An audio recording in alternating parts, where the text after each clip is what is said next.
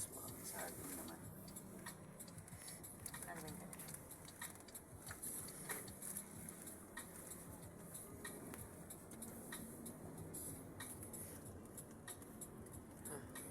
Nag-ano ka ba, Gel? Nagka 30 minutes walk ka? Ano pa? Yung sa araw-araw, yung may routine ka ba yung 30 minutes walk every day? Meron kang ganun? Wala. Pero merong lakad yung hindi naman sobrang layo. Hagdan. Ganyan.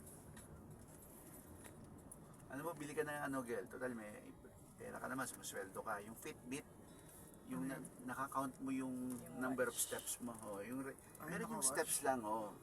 Kahit yung ano lang, Fitbit ang tawag. May application naman sa phone yun, di ba?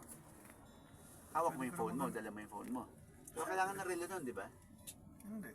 Nakakonect lang yun sa ano, sa AirPods. O yun. So, nabibilang ilan May steps ka. bilang yun. Ilan yung galaw mo, ganun. Oo. O yun. Targetin mo 10,000 steps every day, ganun. Simulan mo sa ganun. Sabi ko baka kaya pang makorek pa doon sa, sa diet lang, di ba? Pag hindi kasi, kung kailangan na ng gadget yan, iba na yun. Sleep. Ano? Apnea ba yun? Sleep apnea. Apnea. Baha. Sleep disorder.